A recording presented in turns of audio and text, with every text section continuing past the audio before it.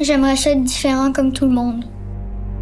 La première fois, c'est quand Raphaël a fait son arrêt respiratoire, quelque chose comme 2015-2016. Puis en 2019, c'est là où est-ce qu'on a eu tous les diagnostics de Gilles de la Tourette.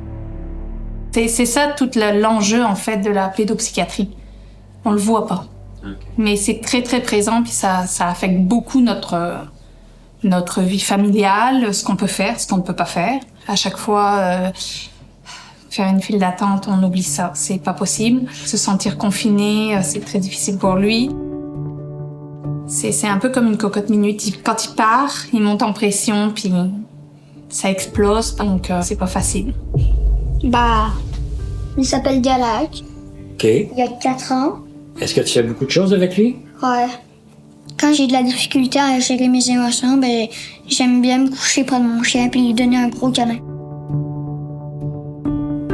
Son frère, Lucas, comment il a réagi? Ça a été le déclenchement de tout, le diagnostic de Raph, parce que Gilles de la Tourette est génétique.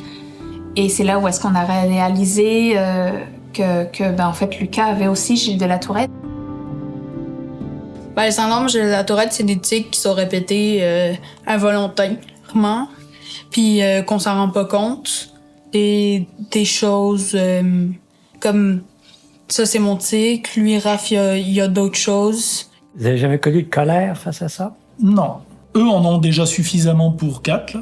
Donc pas besoin d'en rajouter, avec toutes leurs pulsions et tout ça. C'est plus de paraître, entre guillemets, en contrôle à notre niveau pour être capable de les aider. Ça a été dur, mais je savais que j'avais la grande famille d'OS derrière.